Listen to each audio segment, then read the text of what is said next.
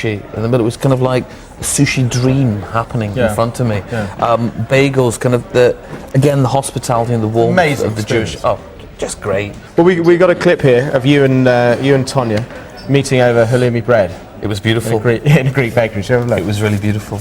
How much has life changed for the Greek Cypriot community in Britain? Because if it was anything like the Asian experience, and I think, certainly amongst the Indians, they came here as immigrants with not a huge amount of money and worked very hard, and they seem to be doing quite well. They worked very long hours and very long days, and the reason they did it was for us, the second generation. But doesn't it annoy you a little bit? They never stop reminding us that they did it for us. Why don't you leave us alone to get on with our lives? I'm not marrying that girl. She's got buck teeth and cross-eyed. And a moustache. I'm not going to do that. No, the moustache I didn't, strangely enough, I didn't have a problem with. So that eventually became halloumi bread. Yeah, I just want to point out I have got other clothes. I don't wear the same top all the time. I am lardy, man. We can talk around it, but eating that halloumi bread, absolutely delicious. Okay, so the idea of the show, you went around the community looking at the different foods within Britain.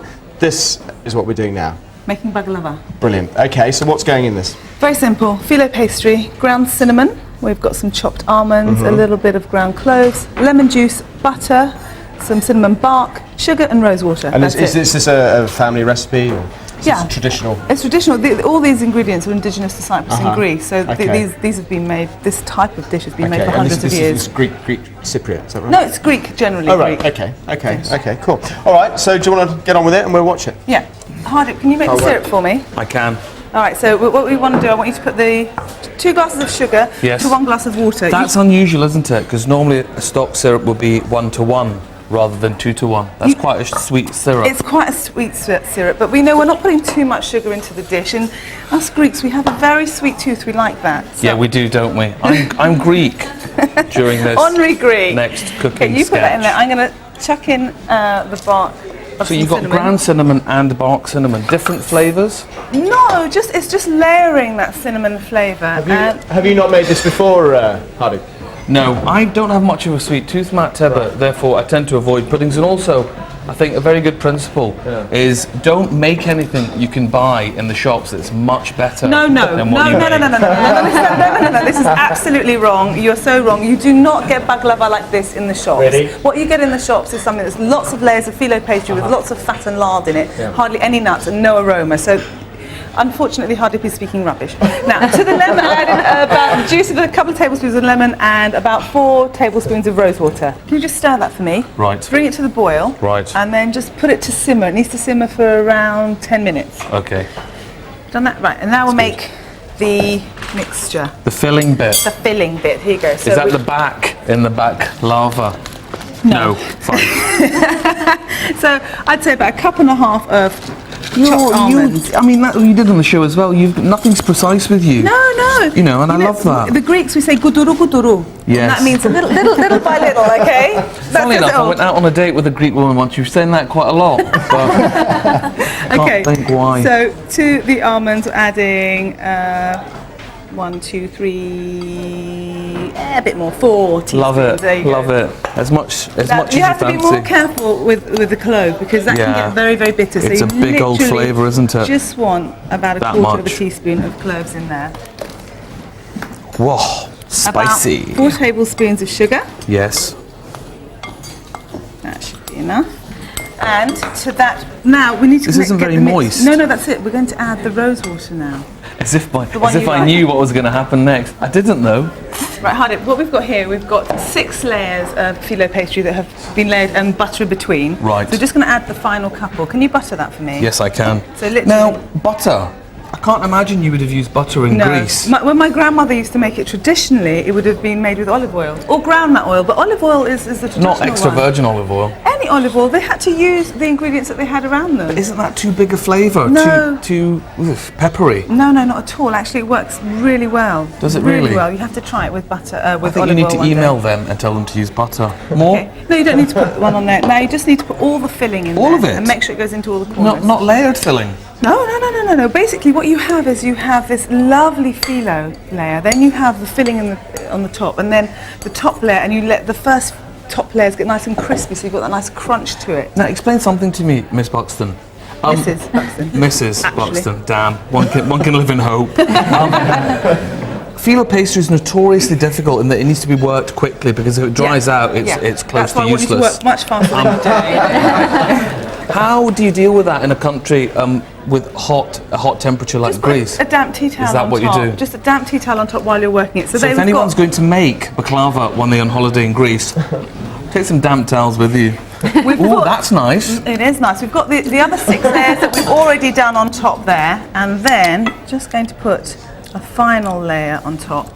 And then actually that one's... Could you not pick a better final? I know, Look at I'm going to change it. I'm changing Look at that. You know what the wonder Come is on. about cooking with phyllo is it doesn't matter what the layers look like underneath. It's only the top You one know, that makes you a may have difference. given us civilization, togas and homosexuality, but you can do a better top layer than that. And rose water to India, actually.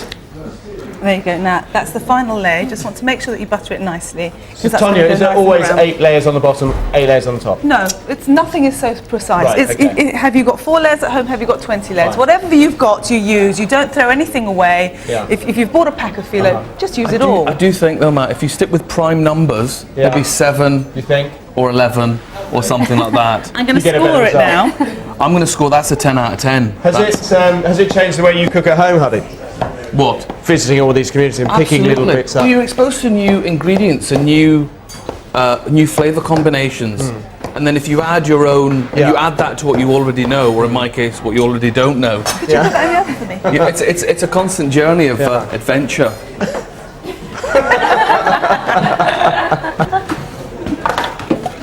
Okay. That shrunk slightly. It has shrunk. It shrinks in, and the most important thing is that the syrup that you've made has now cooled. Right. You And can't put that on hot. No, it's one or the other. Either the baklava is cold and the syrup is hot, or the syrup is cold and the baklava is hot. So then you just pour it over like that. How long? I was distracted by Hardy's little walk there. How long was that in for? About 40 minutes till the top layers have gone this kind 40 of minutes, lovely okay. goldeny brown colour. But what you do need to do is once you've put the syrup in, you need to allow it to stand for about an hour.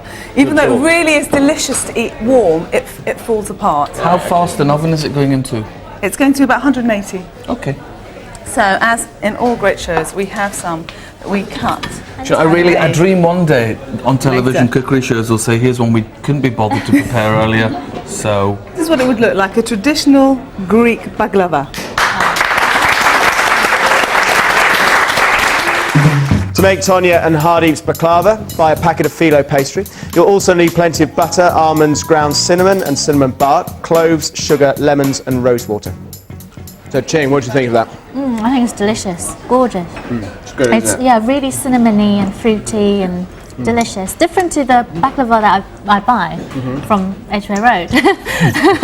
Sorry. Shun, what do you think? Yeah, all the flavours, spices really come through. It's very sweet, would be great with a cup of coffee. And this is Absolutely Greek. delicious. This is traditional Greek coffee. And then And my- if you notice, Tonia's actually spilt the coffee in the shape of some of the Greek Can I islands. just say that Mykonos, Kos. there is a reason I've spilt it, because if you spill the coffee when you're pouring it, the person who's receiving the coffee will receive money. Is that right? So it's done on purpose. There you are. What do you think, Hardy? I think it's absolutely delicious, much nicer than any I've ever bought in any And you shop. know the thing about baklava is that people think that it's been adopted by Greece from their Middle Eastern neighbours because we were under Ottoman rule for so long. But actually, the ingredients of baklava and the dessert of baklava was found in a document by Athenaeus in 600 BC. So it's the first truly Greek dessert. So it really is part of our heritage. No, Because I beautiful. always thought it was coffee's Arabic. great too. Yeah. It's great coffee. Thank you. Great coffee. Really good. Thank you very much. After the break, Chin Hee Wang shows us how easy it can be to recreate a favourite Chinese takeaway dish from scratch, and Gino De Campo goes head to head with Jun in our ostrich egg cook-off. We'll see you then.